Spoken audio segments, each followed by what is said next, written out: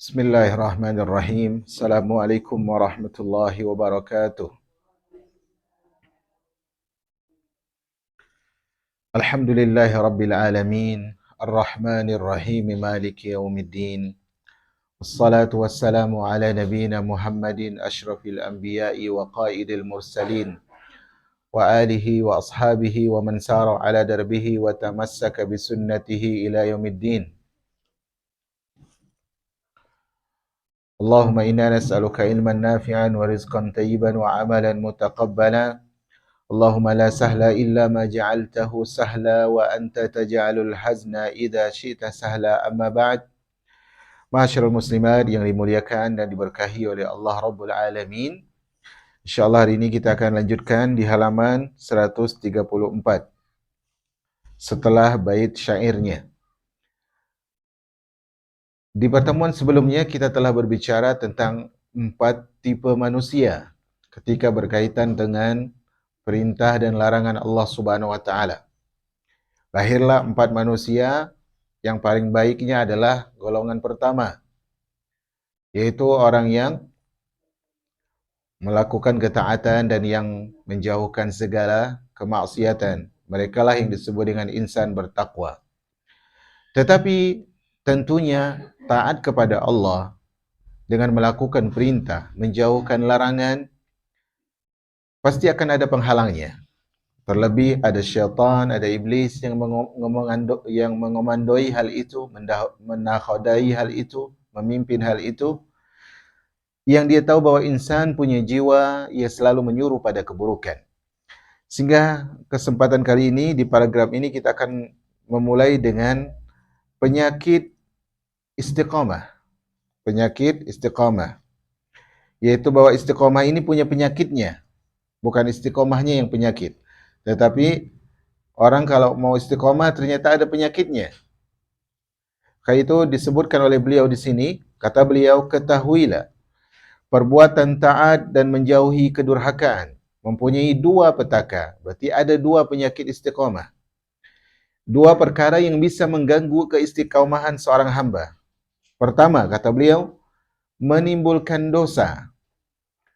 Dan yang kedua, melemahkan pahala.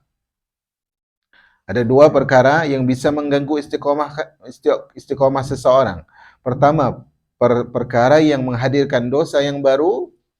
Yang kedua adalah dia mungkin tidak menambah dosa, tapi apa? Melemahkan kekuatan pahala. Sehingga seorang tidak selamat dari kegoyahan dalam imannya. Sehingga seorang tersebut tidak mudah untuk melakukan ketaatan berikutnya. Kata beliau, rahimahullah, petaka yang menimbulkan dosa, itu yang pertama. Petaka yang menimbulkan dosa adalah ujub terhadap amal pada masa lalu dan ketaatan sebelumnya. Saya ulangi, tadi kita sebutkan bahwa penyakit istiqamah ada 2. Pertama, yang menimbulkan dosa. Yang kedua, yang melemahkan pahala. Nah, yang menimbulkan dosa ini, itu karena 2 hal tercela. Kok bisa hadir dosa? Orang yang tadi melakukan perintah, orang yang tadi menjauhi larangan, yang tadi disebut dia sebagai orang bertakwa, kemudian kok bisa menghadirkan dosa dalam hidupnya? Maka hal ini disebutkan oleh secara garis besar oleh 2 hal tercela. Pertama adalah karena ujub dengan amalnya. Karena ujub dengan amalnya. Yang kedua adalah apa tadi? Karena merasa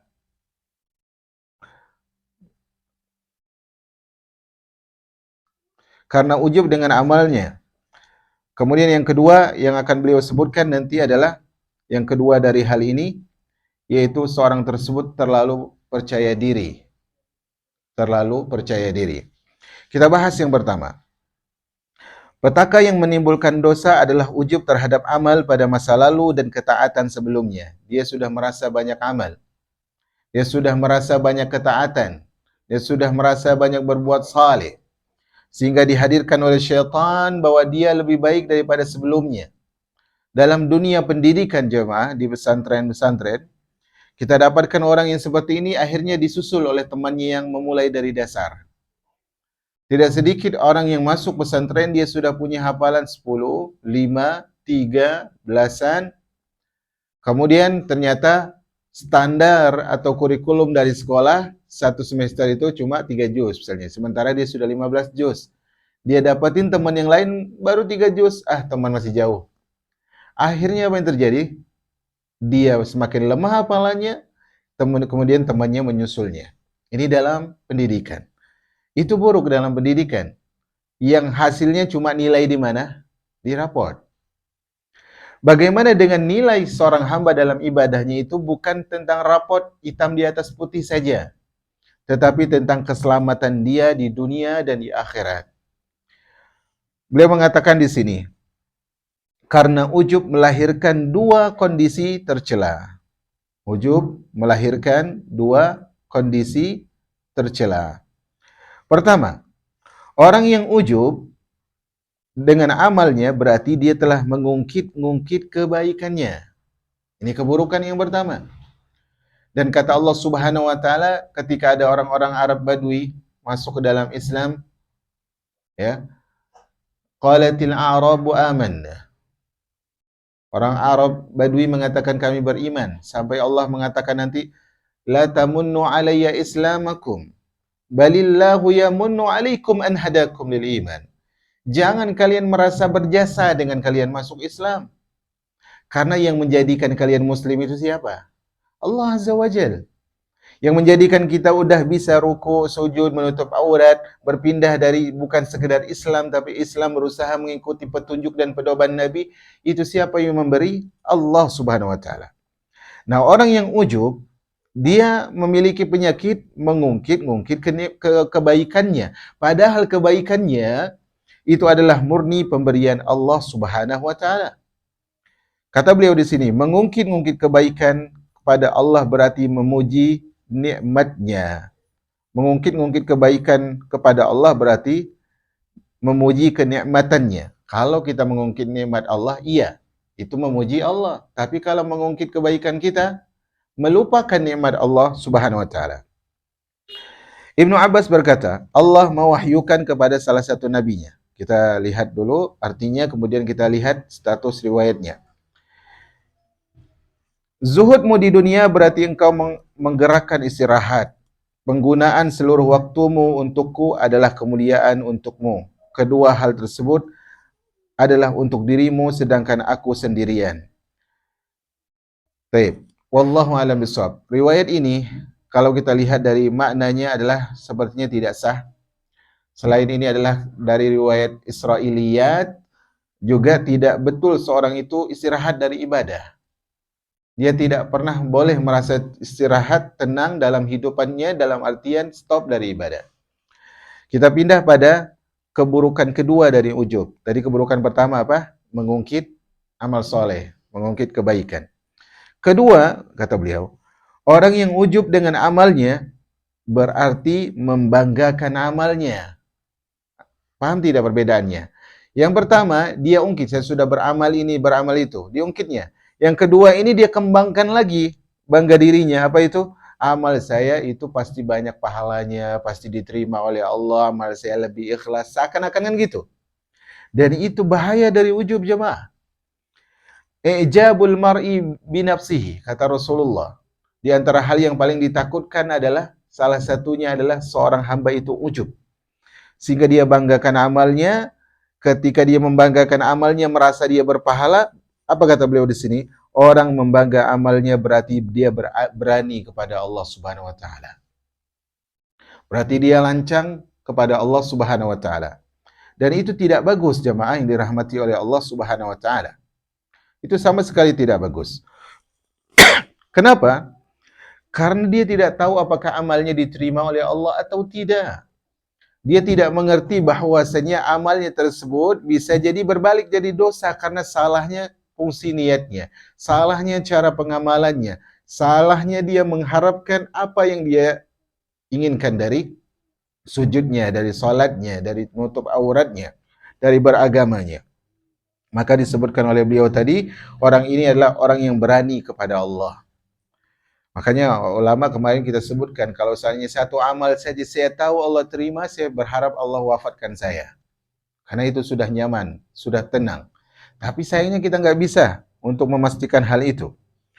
Orang yang berani kepada Allah, kata beliau, berarti durhaka kepada Allah. Membanggakan amal berarti lancang kepada Allah, berani kepada Allah. Dan orang yang lancang dan berani kepada Allah berarti adalah orang yang durhaka. Karena Allah suruh kita apa kepadanya? Suruh takut. Allah nyuruh kita takut kepadanya, bukan nyuruh kita lancang. Bukan menyuruh kita untuk berani, bukan untuk menyuruh kita menempatkan diri kita di porsi yang dilarang oleh Allah Subhanahu wa taala. Kata beliau Mu'arrik Al-Ijli berkata, engkau tidak melakukan ketaatan itu lebih baik daripada engkau ujub dengan ketaatanmu. Engkau tidak melakukan ketaatan itu lebih baik daripada engkau ujub dengan ketaatanmu, kata beliau rahimahullahu azza wa jal. Maksud dari ucapan dia ini adalah khairun minal ujub bitta'ah la alla ta'ti bi ta'atihi. Maksud beliau adalah, ini jangan salah paham ya. Perhatikan dengan jeli poin ucapan beliau ini. Saya ulangi. Engkau tidak melakukan ketaatan itu lebih baik daripada engkau ujub setelah melakukan ketaatan. Artinya jemaah, orang yang sudah beramal itu sangat buruk kalau dia bangga diri. Ini dapat satu poin ini. Poin yang lain adalah orang yang tidak beramal juga buruk. Paham? Dua ya berarti ya. Yang tidak beramal buruk, yang beramal tapi kemudian ujub juga buruk. Kata ulama ini, engkau tidak beramal jauh lebih baik daripada engkau beramal tapi ujub. Maka wallahu a'lam bishawab, dua-duanya sama buruknya. Karena kalau salah paham dari ucapan ini, ya lebih baik saya tidak beramal daripada nanti ujub. Nah itu salah juga. Kedua hal ini adalah buruk dalam pandangan Islam. Seorang tidak beramal salah karena tujuan dia dihadirkan, diciptakan di dunia untuk ibadah. Tapi kalau dia ibadah kemudian ujub, dia juga tersesat jalannya. Salah satu ulama salaf berkata, orang yang tertawa dan mengakui dosanya, itu lebih baik daripada orang menangis membanggakan pahala amal terhadap Tuhannya. Orang yang menangis, yang menyesali dosanya, itu lebih baik daripada orang yang tertawa dan mengakui kesia-siaannya. Allahu Akbar. Maka di sini kita harus perhatikan, tidak ada amalan kita yang mampu kita banggakan dalam kehidupan kita beramal soleh di dunia. Kita memulai segala sesuatu dengan segala kekurangan jemaah. Kadang kita, khususnya adalah di zaman sekarang, bangun, ketika Rasulullah bangun, beliau baca ayat-ayat tertentu dari Al-Quran. Kita bangun cari apa? Cari handphone. Baik. Allah Subhanahu wa taala ketika kita selesai dari salat, Allah Subhanahu wa taala nyuruh kita untuk zikir kepadanya. Tapi ternyata zikir kita diselangi antara salam dengan zikir tersebut kadang oleh zikir dalam urusan dunia. Kita banyak lalai. Tidak ada yang bisa kita banggakan dari amal soleh kita kecuali Allah Subhanahu wa taala rahmati kita. Allah Subhanahu wa taala tutupi celah kita. Makanya Allah sediakan amalan sunnah setelah amalan wajib untuk menutup kebolongan dan lubang dari amalan sunnah tersebut. Taib. Itu tadi penyakit keberapa? Penyakit pertama, yaitu ujub, yang disebabkan oleh dua hal. Apa itu? Istiqomah punya dua penyakit. Pertama, ujub. Sebabnya dua. Pertama, mengungkit kebaikan. Yang kedua, membangga-banggakan ketaatan. Sekarang penyakit yang kedua. Bagi istiqomah, yang bisa merusak istiqomah seorang adalah percaya diri terhadap dirinya sendiri atau terhadap amal soleh pada masa lalu. Dia percaya diri. Tadi dia udah ujub, muncul penyakit yang lain akhirnya, yaitu percaya diri terhadap amal solehnya. Dan penyakit ini juga melahirkan dua efek buruk. Yang pertama, hal itu menimbulkan kepasrahan terhadap masa lalu dan melalaikan masa depan. Pasrah terhadap masa lalu akhirnya, oh amalan saya udah banyak. Amalan saya sudah baik, saya sudah lebih awal hijrah daripada Anda. Saya lebih awal belajar, lebih banyak hadiri majelis daripada Anda. Jadi dia bertawakal pada banyak amal soleh yang telah lalu, sayangnya begitu. Sehingga apa yang terjadi tadi kata beliau? Pasrah, nggak mau beramal lagi selanjutnya. Kenapa? Karena dia sudah bertopang dengan amal masa lalunya, sehingga melalaikan amal masa depan. Apa kata beliau? Barang siapa yang lalai dan pasrah, maka dia tidak akan mengharapkan pahala dan tidak akan menunaikan syukur. Karena di antara tanda syukur apa? Ada yang ingat kemarin? Di antara tanda syukur, mengiringi amal yang telah lalu dengan amal setelahnya. Kita tahu jemaah hidayah ada 3 atau 2? Hidayah ada 2. Hidayah al-irsyad wal bayan, pengarahan dan penjelasan. Ini sumbernya adalah dari Al-Quran. Sumbernya dari Al-Quran dan Sunnah. Diambil hidayah ini. Orang yang memberi nasihat bisa membantu kita dalam hal ini. Tapi caranya apa? Kita harus minta doa. Kita harus minta kepada Allah dengan berdoa. Dalam artian, ya Allah, saya baca Al-Quran, saya baca Sunnah, saya hadir kajian, dengar nasihat orang. Tapi tidak ada yang bisa menjadikan nasihat itu masuk kecuali Engkau. Minta doa sama Allah. Karena tidak semua yang belajar paham, dan tidak semua yang paham mudah untuk mengamalkan.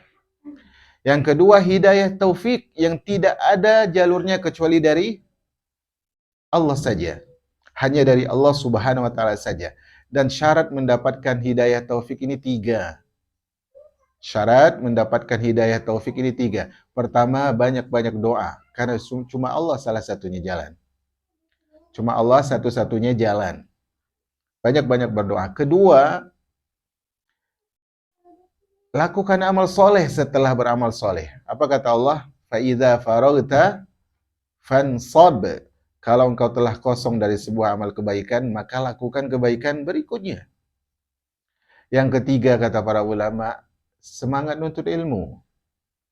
Siapa yang benar-benar ingin mendapatkan hidayah, ihdinas siratal mustaqim itu, yang diulang dalam sholat, maka dia harus sering mengulang-ulang untuk menuntut ilmu. Sehingga kita tidak pasrah dengan amal masa lalunya. Tadi beliau bilang, siapa yang lalai dan pasrah, maka dia tidak akan mengharapkan pahala dan tidak akan bersyukur, tidak akan menunaikan syukur. Itu tadi, dampak pertamanya. Orang yang terlalu percaya diri, dampak pertamanya apa tadi? Menimbulkan kepasrahan dan melalaikan masa depan. Dampak keduanya, orang yang terlalu percaya diri ini merasa aman. Dia merasa aman, oh udah, bekalnya udah cukup nih. Nggak usahlah capek-capek nambah lagi. Nggak usahlah terlalu diporsir dan sebagainya. Nah, orang yang merasa aman terhadap Allah berarti tidak takut. Barang siapa tidak takut kepada Allah, maka perintahnya menjadi remeh dan larangannya menjadi mudah. Dan cukuplah seorang dikatakan melakukan dosa besar ketika dia tidak takut kepada Allah dan ketika dia merasa aman dari makar Allah. Orang yang merasa aman dari makar Allah Subhanahu wa taala, maka dia adalah orang yang apa? Orang yang melakukan dosa besar. Kemudian beliau membawakan ucapan para ulama. Pertama beliau bawakan ucapan Al-Imam Abu Ali Al-Fudail bin Iyad rahimahumullah. Kata beliau, rahbatul mar'i minallahi ta'ala ala qadri ilmihi billah. Ketakutan seorang kepada Allah adalah sesuai dengan pengetahuannya tentang Allah. Karena itu Allah sebutkan di dalam firman-Nya, innama yakhsyallaha min ibadihil ulama'u. Yang paling takut kepada Allah hanya orang yang benar-benar ulama. Maka benar apa yang diucapkan oleh Fudail bin Iyad ini. Besar kecil rasa takut kita itu sesuai dengan kadar kita kepada Allah. Dan kita tidak akan bisa jemaah untuk memperkecil rasa aman kita dan memperbesar rasa takut kita kepada Allah kecuali kita kenal siapa itu Allah. Kita takut dengan, saya ingin tanya, Indonesia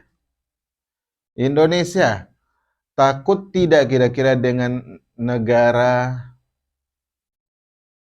yang paling lemah, negara mana? bukan Indonesia. Indonesia bahkan tentaranya nomor 3 dunia.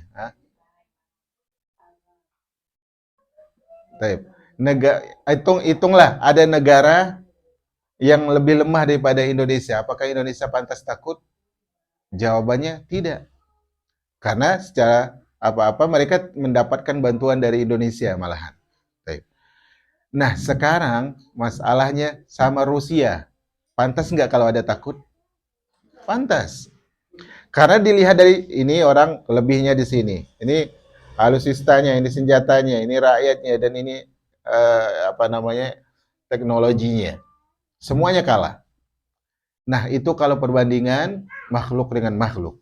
Kita nggak bisa takut sama Allah kalau kita nggak kenal Allah. Allah punya siksa begini. Ini siksa bagi orang yang melakukan ini siksa bagi orang yang melakukan poin itu, ini seterusnya bagi orang yang melakukan ini dan itu. Kemudian Allah Subhanahu wa taala ceritakan seorang yang Rasulullah ceritakan orang yang paling enak hidupnya di dunia. Dicelupkan sekali di neraka kemudian ditanya, "Apakah kau pernah bahagia?" Jawabannya, tidak pernah. Nah, itu yang menjadikan para ulama menjadi takut kepada Allah karena mereka kenal siapa itu Allah Subhanahu wa taala. Kemudian berkata Al-Imam Muwarriq Al-Ijli, di sini kata beliau, ucapan Arabnya sangat bagus, saya bacakan, la an abita naiman wa asbaha nadiman ahabbu ilayya min an abita qa'iman wa asbaha naiman. Kata beliau, aku tidur di malam hari, lalu aku menyesal di pagi hari. Tidur malam hari maksudnya enggak sholat malam, enggak sholat tahajud. Lalu aku menyesal pada pagi harinya. Lebih aku sukai daripada aku bangun malam, namun lalu aku senang pada, lalu aku maksudnya adalah merasa happy, merasa ujub, merasa bangga diri dengan apa? Amal soleh tadi malam. Nah, ini jemaah yang dirahmati oleh Allah Subhanahu wa taala. Kemarin di dua pertemuan sebelumnya kita telah bahas bahwa lebih baik bagi seorang dia tidak sholat malam tapi jaga siangnya jangan sampai berdosa daripada malam sholat malam tapi siang menghanguskan pahalanya. Kan begitu kata ulama kemarin kita sebutkan. Yang di sini kata beliau, aku tidur malam hari nggak sholat tahajud, tetapi pagi harinya aku nyesal kok tadi nggak sholat tahajud. Itu lebih baik daripada aku sholat tahajud, kemudian paginya sombong. Baginya percaya diri bahwa amalannya akan diterima oleh Allah Subhanahu wa ta'ala. Salah satu ahli hikmah lagi berkata, ma bainaka wa baina alla yakuna fika khairun illa an tara anna fika khairan. Masya Allah, ucapan yang sangat indah. Ucapan yang sangat indah. Kata beliau, jarak antara engkau dan engkau menjadikan baik adalah bahwa engkau melihat bahwa dalam dirimu adalah kebaikan. Paham tidak nih? Paham ya, bahasanya jelas? Belum? Perhatikan, jarak antara engkau, artinya jarak antara hakikat kita dengan sifat kita yang mengatakan bahwa kita itu orang baik adalah ketika kita melihat diri kita sudah baik. Kita hakikatnya manusia penuh dosa. Paham di sini? Kemudian kita buat jarak antara kita yang orang baik. Kapan kita dianggap sebagai orang yang sudah berjarak dengan realita ini, bahwa kita sebenarnya berdosa? Kalau kita sudah menganggap kita itu sudah banyak kebaikan. Sehingga kita keluar dari realita kita yang penuh dosa, menganggap kita manusia yang sudah banyak amal solehnya. Ini yang dimaksudkan oleh beliau, rahimahullahu azza wa jalla. Ada seorang berkata kepada Rabi'ah al-Adawiyah, ya, Rabi'ah al-Adawiyah, yaitu Rabi'ah bintu Ismail al-Adawiyah dari Basrah, seorang wanita yang beribadah kepada Allah Subhanahu wa taala, dikatakan kepadanya, di sini saya langsung kepada terjemah.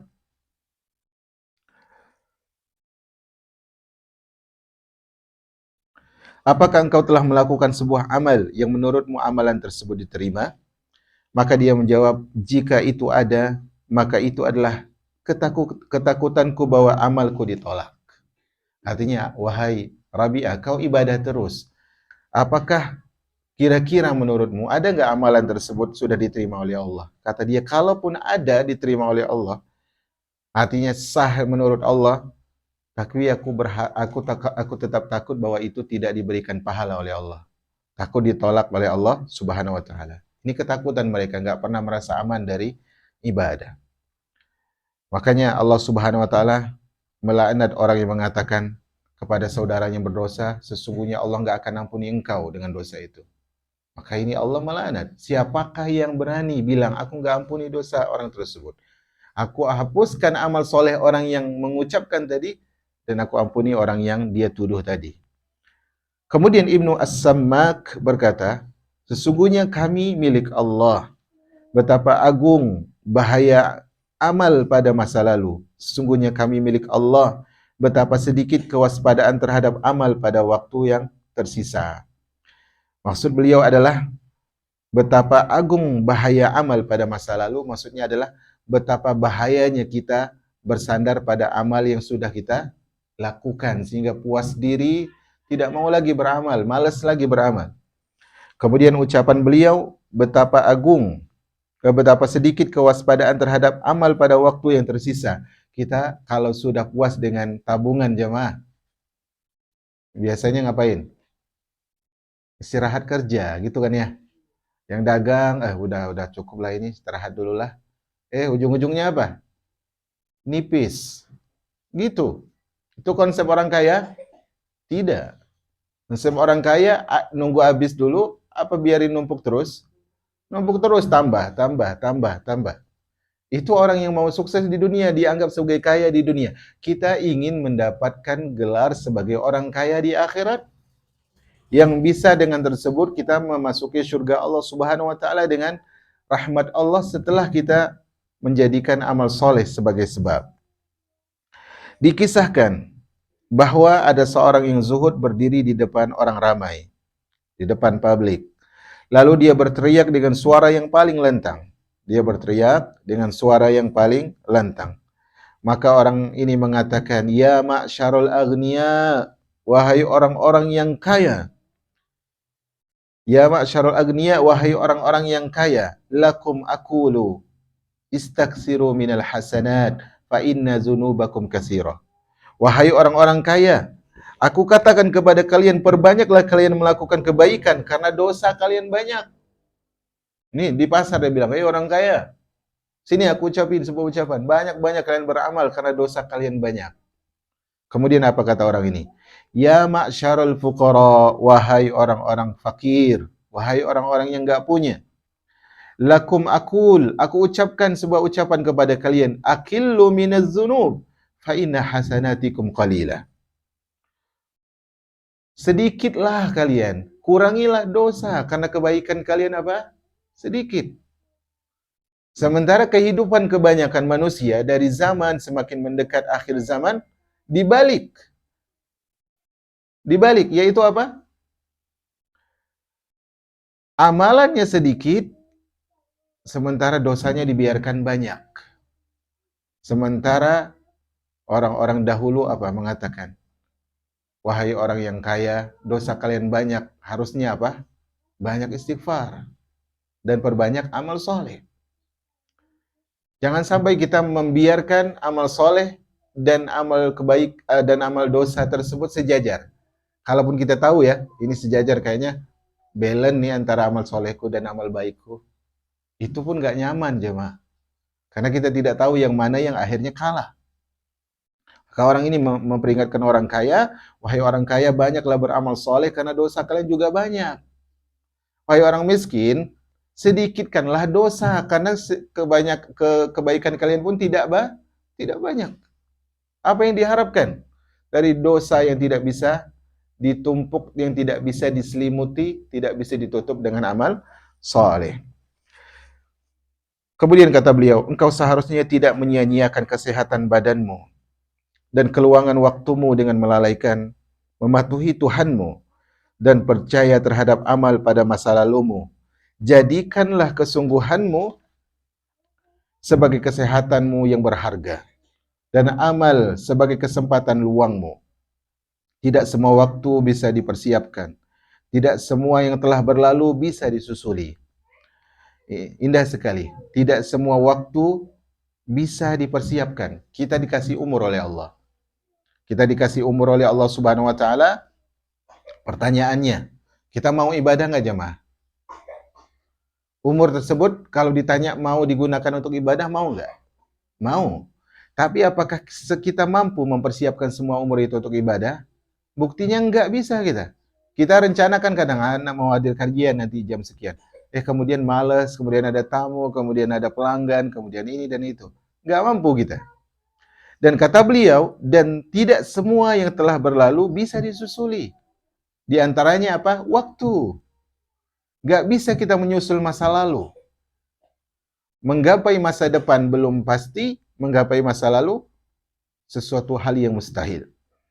Waktu luang memiliki penyimpanan dan penyimpangan dan penyesalan. Kadang kita yang menjadikan kita menyesal itu apakah waktu sibuk kita. Orang sibuk dengan dunia di masa lalu memang kadang dia menyesal. Tapi yang lebih pantas disesalkan lagi apa? Tidak sibuk ngapain pun. Nggak ada apa-apa dalam hidupnya. Kosong aja waktunya. Itu lebih disesalkan lagi. Khalwat memiliki kecenderungan dan empati, yaitu bersendiri memikirkan dosa, itu lebih baik kadang. Memiliki empati dan simpati pada diri kita sendiri. Umar Ibn Khattab rahimahullah atau radhiyallahu ta'ala anhu pernah berkata, untuk seorang lelaki, dia mengatakan kepada lelaki tersebut, istirahatlah, kata beliau, istirahat adalah sebuah kelalaian. Artinya, orang ini masih muda, orang ini masih semangat. Tapi apa kata Umar bin Khattab radhiyallahu taala anhu? Kata Umar bin Khattab radhiyallahu taala anhu, istirahat itu adalah tanda kelalaian. Artinya kalau seorang bilang istirahat dululah, hidup masih panjang, usia masih banyak. Maka di sini kelalaian jemaah. Dia dikatakan hal ini juga oleh Umar bin Khattab untuk seorang perempuan, kata beliau istirahat adalah libido. Istirahat tersebut adalah libido. Sebagaimana tadi beliau sebutkan, istirahat adalah kelalaian bagi seorang lelaki. Taib. Kemudian Panglima Perang Persia atau Romawi di sini berkata, jika kesibukan adalah kesungguhan, maka pengangguran adalah kerusakan. Seorang Muslim nggak pantas dia nganggur. Seorang Muslim hidupnya nggak ada nganggur. Karena Allah Subhanahu wa taala jadikan rizki dalam akhiratnya tersebut harus lebih dikejar daripada rizki dunianya. Wallahi, demi Allah, tidak ada yang membebani hidup kita kecuali dengan kita membebani pikiran kita dengan dunia. Sementara dunia tidak pernah memikirkan kita. Kan begitu? Yang memikirkan kita dunia apa Allah? Allah yang memikirkan kita jemaah. Memberikan maslahat kepada kita itu Allah Subhanahu wa taala. Rahibun bil ibad, sangat penyayang kepada hamba. Tapi ternyata subhanallah ya, Allah mencintai kita, dunia lari dari kita. Dunia selalu selingkuh kepada siapapun. Tapi ternyata kita lebih memikirkan pihak yang suka nyakitin kita daripada yang mencintai dan menyayangi kita. Ini kan gak masuk akal. Kita selalu ngomong tentang simbol-simbol cinta. Tapi kita lupa tentang hakikat dan pembuktiannya. Ta'sil ilaha wa anta taz'umu hubbahu. Hadza la umri fil qiyasi syani'u. Law kana hubbuka sadiqan la ata'tahu innal muhibba liman yuhibbu muti'u. Kata seorang penyair, engkau bermaksiat kepada Allah, kau melanggar larangan Allah, kau tinggalkan perintah Allah, tapi kau mengatakan, hey Allah, I love you. Ya Allah, aku cinta padamu. Apa kata dia? Ini klaim yang hina. Klaim yang buruk. Seandainya cinta sama Allah itu benar, la tahu kau pasti taat pada dirinya. Karena sejatinya orang yang benar-benar mencintai kekasihnya akan taat kepada pihak yang dia cintai. Maka hal ini penting untuk kita perhatikan.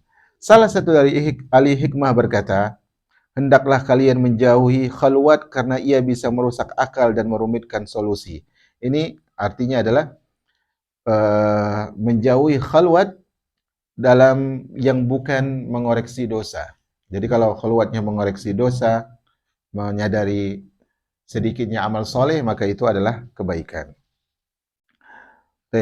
Kemudian, salah satu sastrawan berkata, Janganlah engkau melewati harimu tanpa kebermanfaatan.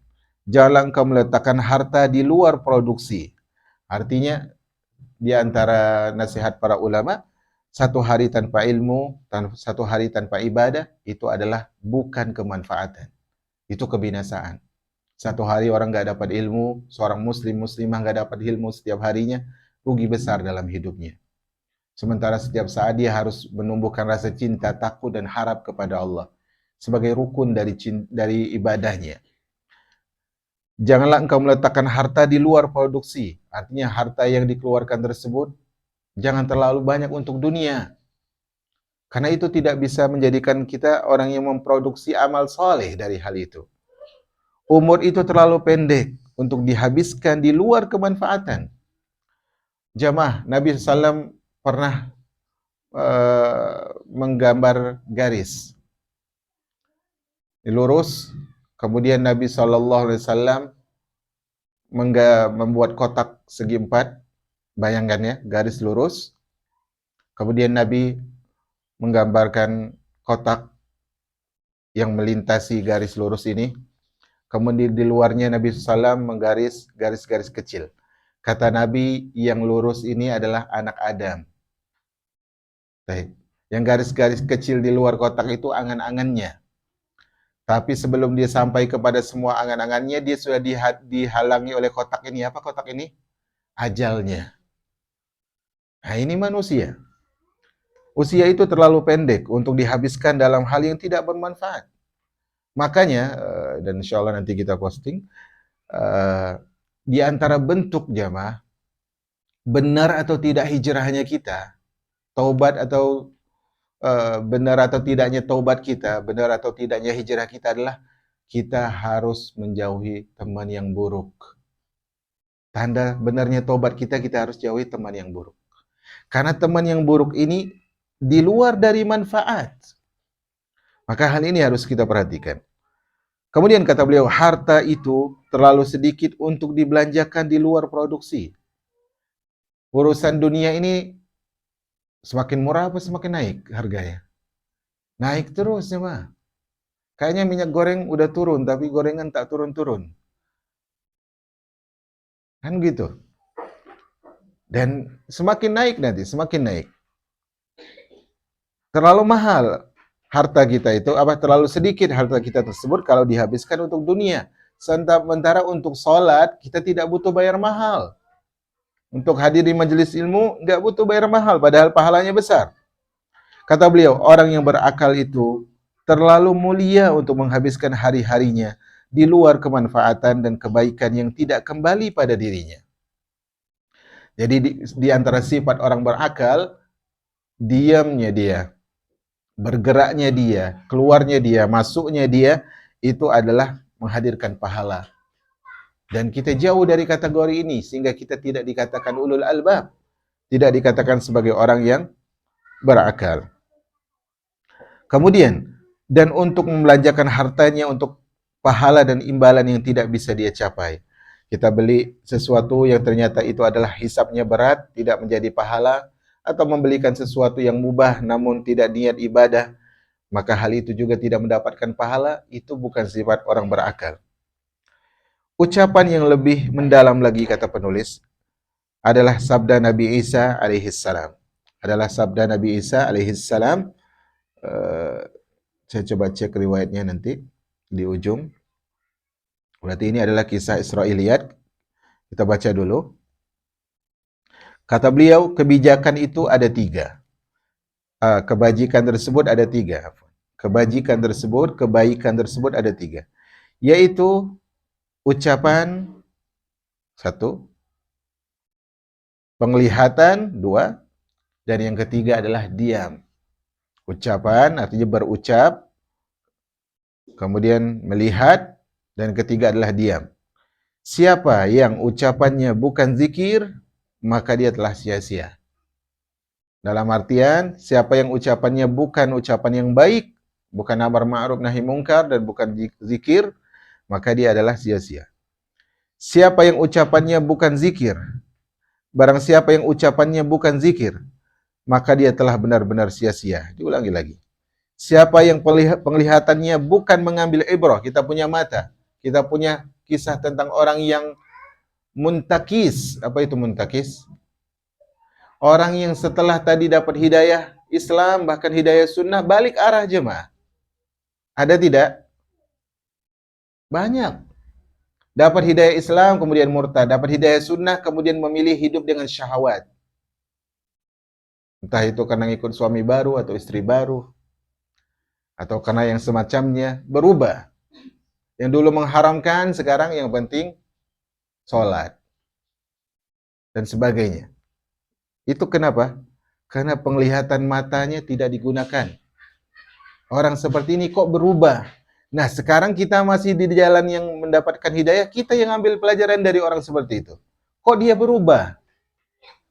Yang menjadi permasalahannya bukan hanya kenapa dia berubah, tapi jangan sampai saya seperti dia. Ini yang menjadi poin renungan juga. Makanya beliau sebutkan, barang siapa yang penglihatannya bukan mengambil ibrah, yaitu pelajaran, maka dia telah benar-benar lalai. Kemudian, barang siapa yang diamnya bukan berfikir, maka dia telah bermain-main. Diam tersebut antara dua hal, yaitu diam tanpa memikirkan dan diam memikirkan. Yang memikirkan ini dua hal juga, ada yang baik, ada yang buruk. Yang jelas adalah yang diinginkan oleh beliau adalah diam berpikir tentang bagaimana dia selamat di hadapan Allah Subhanahu wa Ta'ala. Nah, ini jamaah yang diucapkan oleh orang-orang bijak dalam masalah ini. Taib, jam berapa ini? Saya kira cukup, karena poin selanjutnya sangat panjang. Selanjutnya kita akan berbicara tentang 3 kondisi manusia yang berkaitan dengan ibadah yang disyariatkan kepada mereka. Tentang 3 kondisi manusia terhadap ibadah yang disyariatkan kepada mereka. Wallahu a'lam bishawab. Sallallahu ala nabiyina Muhammad. Walhamdulillahi rabbil alamin.